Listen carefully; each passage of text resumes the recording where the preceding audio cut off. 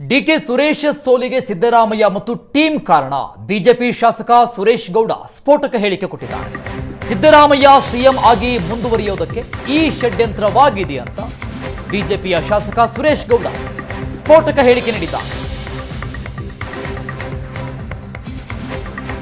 ಲೋಕಸಭೆ ಚುನಾವಣೆಯಲ್ಲಿ ಬೆಂಗಳೂರು ಗ್ರಾಮಾಂತರದಿಂದ ಡಿಕೆ ಸುರೇಶ್ ಸೋತಿದ್ದಕ್ಕೆ ಸಿದ್ದರಾಮಯ್ಯ ಮತ್ತು ಟೀಮ್ ಕಾರಣ. ಸಿಎಂ ಪರ ಅಹಿಂದ ಟೀಮ್ ಯಾವಾಗಲೂ ಕೆಲಸ ಮಾಡುತ್ತೆ.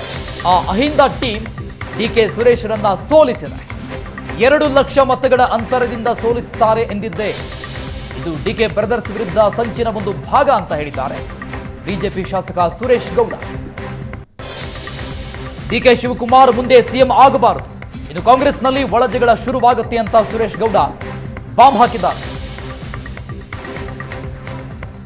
ಇದು ನಾನು ಸ್ಪಷ್ಟವಾಗಿ ಹೇಳಿದ್ದೆ, ಇದು ತುಮಕೂರು ಜಿಲ್ಲೆ ಶಾಪ. ಮತ್ತು ಕಾಂಗ್ರೆಸ್ನಲ್ಲಿ ಯಾರಿವತ್ತು ಇದ್ದಾರೆ, ತುಮಕೂರಿನ ಕರ್ನಾಟಕ ರಾಜ್ಯದ ರಾಜಕಾರಣದಲ್ಲಿ ಸಿದ್ದರಾಮಯ್ಯನವರೇ ಕಂಟಿನ್ಯೂ ಆಗಬೇಕು ಅಂತೇಳಿ ಒಂದು ಅಹಿಂದ ಟೀಮ್ ಯಾವಾಗಲೂ ಕೆಲಸ ಮಾಡುತ್ತೆ. ಆ ಅಹಿಂದ ಟೀಮ್ ಇವತ್ತು ಸಿದ್ದರಾಮಯ್ಯನವ್ರನ್ನ ಸೇರಿ ಇವತ್ತು ಡಿ ಕೆ ಸುರೇಶ್ ಅವ್ರನ್ನ ಸೋಲಿಸಿದ್ದಾರೆ. ನಾನು ಹೇಳಿದೆ, ಜಾರಕಿಹೊಳಿಯವರು, ಪರಮೇಶ್ವರು, ರಾಜಣ್ಣವರು ಮತ್ತು ಸಿದ್ದರಾಮಯ್ಯನವರು ಇಷ್ಟೂ ಜನ ಸೇರಿ ಡಿ ಕೆ ಸುರೇಶ್ ಅವ್ರನ್ನ ಸೋಲಿಸ್ತಾರೆ ಅಂತೇಳಿ ಚುನಾವಣೆ ಮುಗಿದ ತಕ್ಷಣ ಹೇಳಿದೆ. ಒಂದು ತಿಂಗಳಿಂದೆ, 15-20 ದಿವಸದ ಹಿಂದೆ, ಒಂದು ತಿಂಗಳಿರ್ಬೋದು, ಒಂದು ತಿಂಗಳಿಂದ ಹೇಳಿದೆ. ಅದೇ ಇವತ್ತು ರಿಪೀಟ್ ಆಗಿದೆ. ನಾನು ಹೇಳಿದೆ 2 ಲಕ್ಷ ಓಟಿಂದ ಡಿ ಕೆ ಸುರೇಶ್ ಅವ್ರನ್ನ ಸೋಲಿಸ್ತಾರೆ ಅಂತೇಳಿ, ಅದಕ್ಕಿಂತ ಹೆಚ್ಚಾಗಿ ಸೋಲಿಸ್ಬಿಟ್ಟಿದ್ದಾರೆ. ಅಂದರೆ ಇದು ಸಂಚಿನ ಒಂದು ಭಾಗ. ಡಿ ಕೆ ಶಿವಕುಮಾರ್ ಅವರು ಮುಂದೆ ಮುಖ್ಯಮಂತ್ರಿ ಆಗಬಾರ್ದು, ಅವರ ನೈತಿಕತೆಯನ್ನು ಕುಸಿಬೇಕು ಅಂತೇಳಿ ಮಾಡಿದ್ದಾರೆ. ಶಿವಕುಮಾರ್ ಅವರು ಮುಖ್ಯಮಂತ್ರಿ ಆಗಲ್ಲ, ಈ ಸರ್ಕಾರ ಉಳಿಯಲ್ಲ, ಇಲ್ಲಿಂದ ಪ್ರಾರಂಭ ಆಗುತ್ತೆ ರಾಜಕೀಯದ ಧ್ರುವೀಕರಣ ಅಂತ ಹೇಳಿದೆ.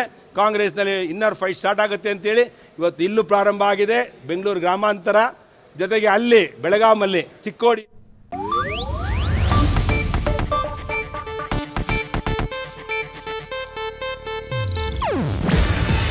ಇದು ಏಷ್ಯಾನೆಟ್ ನ್ಯೂಸ್ ನೆಟ್ವರ್ಕ್ ಪ್ರಸ್ತುತಿ.